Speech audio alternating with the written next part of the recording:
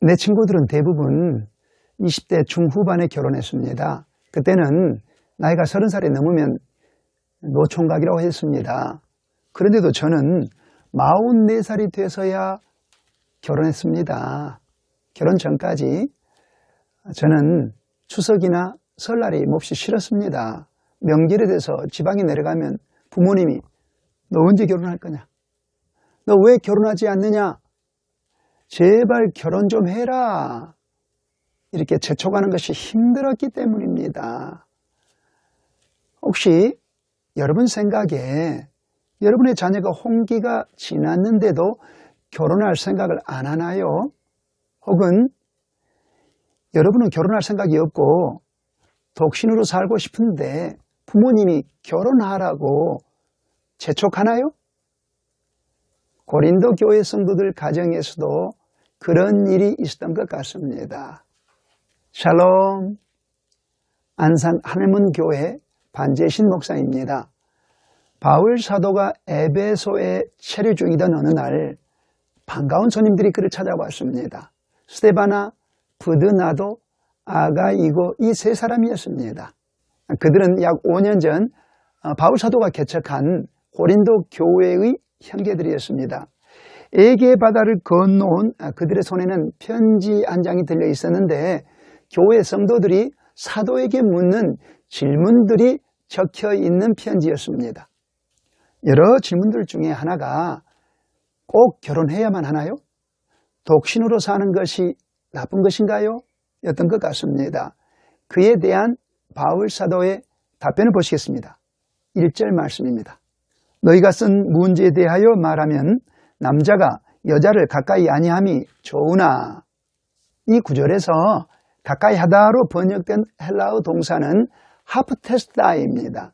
이 단어의 동사 원형은 합토마이입니다. 이 합토마이의 뜻은 한글 성경의 번역처럼 가까이 하다 이런 뜻도 있지만은 만지다, 뭔가를 터치하다 이런 뜻도 있습니다. 그래서 남자가 여자를 가까이 한다는 것은 성관계를 갖는다는 것을 완곡하게 표현한 것입니다.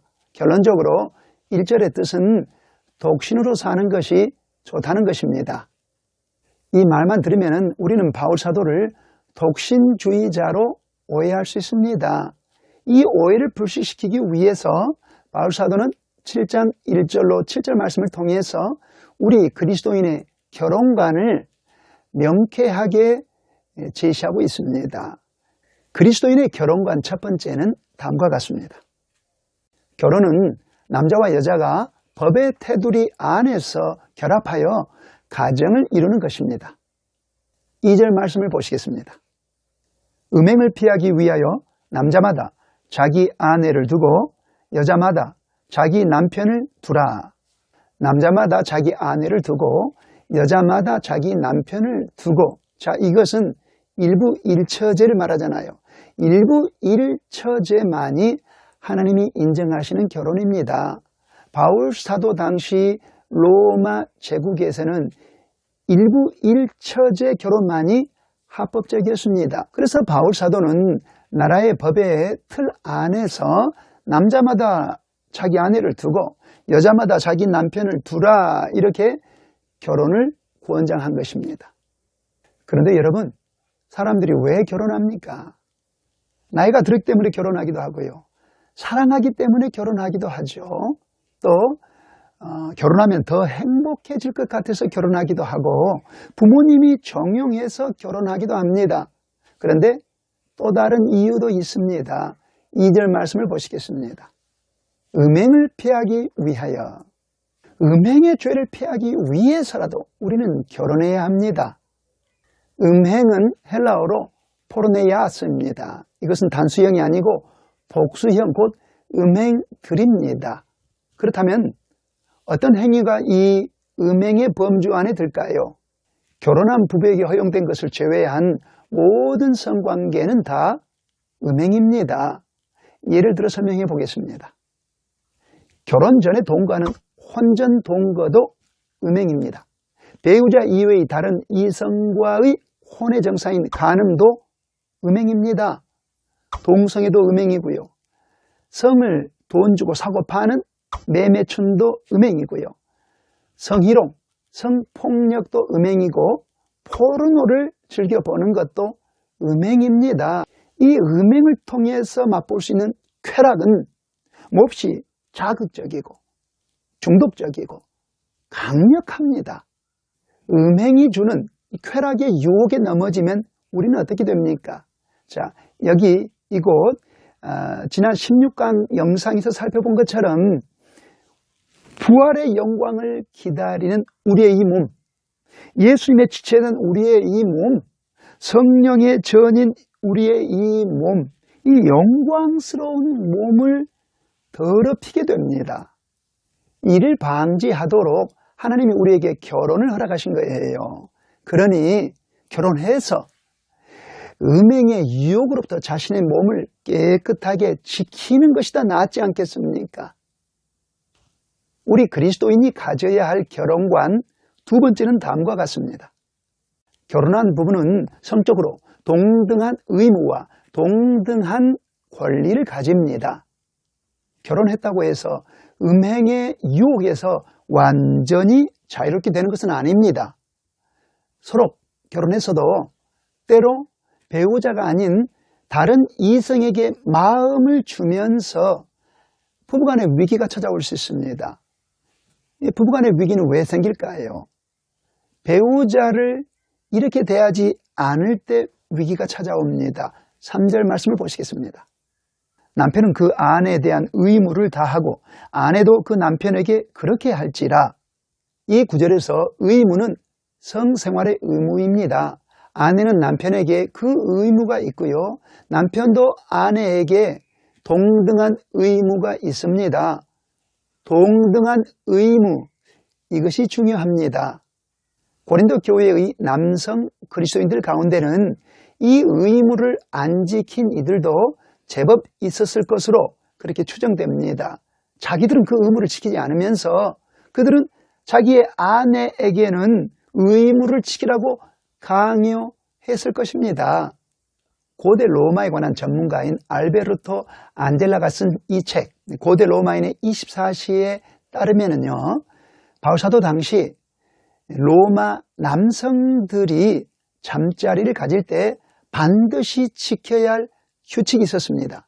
그 규칙은 곧 잠자리에서는 남성이 지배자가 되어야 한다는 규칙이었습니다.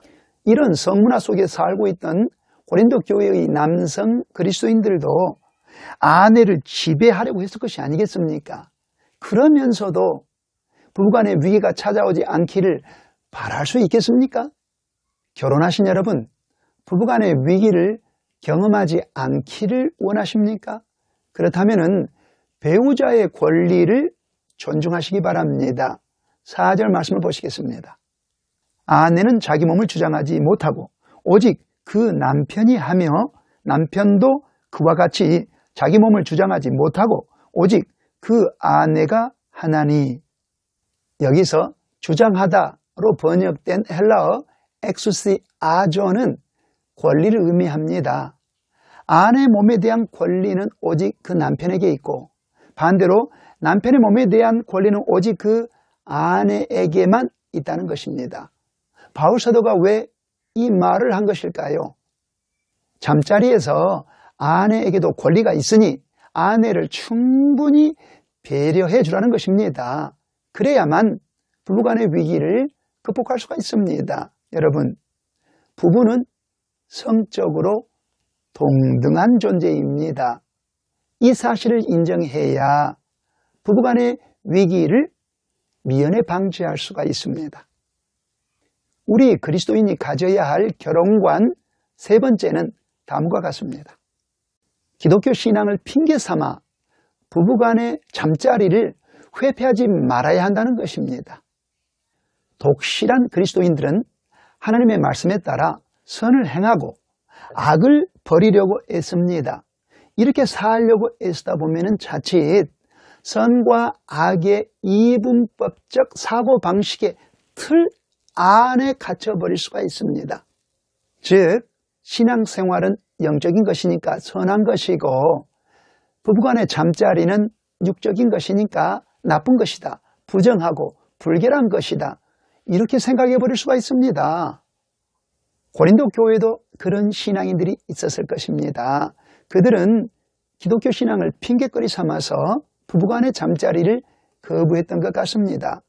바울 사도가 괜히 이렇게 말했던 것이 아닙니다. 5절 말씀을 보시겠습니다. 서로 분방하지 말라. 다만 기도할 틈을 얻기 위하여 하부 이상 얼마 동안은 하되 다시 합하라. 기도할 틈을 얻기 위하여 하부 이상 얼마 동안은 잠자리를 중단해도 된다는 것입니다. 여기서 기도는 영적인 활동이죠. 예배나 기도, 성경 공부, 교회 안팎의 봉사활동, 이 같은 것은 영적인 활동이죠. 이런 영적 활동을 위해서라면 부부간에 서로 합의해서 자기만의 시간을 가질 수 있어야 한다는 것입니다. 그 외에는 어떻게 해야 됩니까? 5절 말씀을 다시 보시면은 서로 분방하지 말라, 다시 합하라, 이렇게 명령하고 있습니다. 이것은 곧 부부간에 잠자리를 가지라는 것입니다. 부부간의 잠자리는 육적인 일이니까 부정한 것이다, 불결한 것이다, 나쁜 것이다, 이렇게 죄악 취급하지 말라는 것입니다. 만일 부부간의 잠자리를 소홀히 하면 어떤 일이 생깁니까? 5절 중간을 보시겠습니다. 이는 너희가 절제 못함으로 말미암아 사탄이 너희를 시험하지 못하게 하려 함이라. 너희가 절제 못함으로, 이 표현처럼 당시 고린도 교회의 일부 남성 성도들은 자신의 성욕을 절제하지 못하고 있었습니다. 그 결과 그들은 어떻게 되었습니까? 그들은 창녀와 잠자리를 갖고 배우자 이외의 다른 이성과 혼의 정사를 하고 또 근친상간을 하고 그리고 동성애를 즐기고 있었습니다. 이 모든 음행은 그들의 성욕을 절제하지 못한 결과였습니다. 성욕을 절제하지 못한 바로 이 약점을 이용해서 사탄이 고린도 교회 성도들을 시험하여 넘어뜨리고 있었습니다. 우리도 마찬가지입니다. 우리도 성욕을 절제하지 못하면은 사탄의 밥이 되고 맙니다. 이를 막기 위해서 하나님께서 우리에게 결혼 제도를 허락하신 거예요. 그렇기 때문에 부부간의 잠자리를 부정하다, 불결하다, 나쁜 것이다, 악한 것이다, 이렇게 간주해서는 결코 안 됩니다. 지금까지를 보면 바울 사도는 서두에서 독신으로 사는 것이 좋다, 이렇게 말했다가 곧 이어 결혼 생활에 대해서 언급했습니다. 하지만 결혼하라는 것은 결코 명령은 아니었습니다. 6절 말씀을 보시겠습니다. 그러나 내가 이 말을 함은 허락이요 명령은 아니니라. 이처럼 하나님은 우리 모두에게 결혼하라 이렇게 명령하시지는 않습니다. 우리가 결혼할 것인지 아니면 독신으로 살 것인지에 대해서는 하나님이 각 사람에게 주신 은사를 따르면 됩니다. 7절 말씀을 보시겠습니다. 나는 모든 사람이 나와 같기를 원하노라. 그러나 각각 하나님께 받은 자기의 은사가 있으니 이 사람은 이러하고 저 사람은 저러하니라. 바울 사도는 하나님이 자기에게 독신의 은사를 주셨다고 확신했습니다. 그리고 그는 절제할 수 있는 힘도 있었기 때문에 남들도 자기처럼 독신으로 살기를 원했습니다. 하지만 독신으로 살라고 강요하지는 않았습니다. 그 이유는 무엇일까요? 결혼이든 독신이든 다 하나님이 위에서 주시는 카리스마, 즉 하나님이 주시는 은사요, 하나님이 주시는 선물이기 때문에 감히 자기가 강요할 수 없었던 것입니다. 여러분, 독신을 고집하는 자녀가 있나요? 독신을 비난하지도 마시고 결혼하라고 강요하지도 마세요. 독신이든 결혼이든 다 하나님이 위에서 주시는 은사요, 선물이니까 결혼하겠다는 자녀는 결혼시키고 독신으로 남겠다 하면 그렇게 하라고 하세요. 독신이든 결혼이든 그게 중요한 거 아닙니다. 중요한 것은 하나님과 동행하면서 행복하게 사는 삶입니다.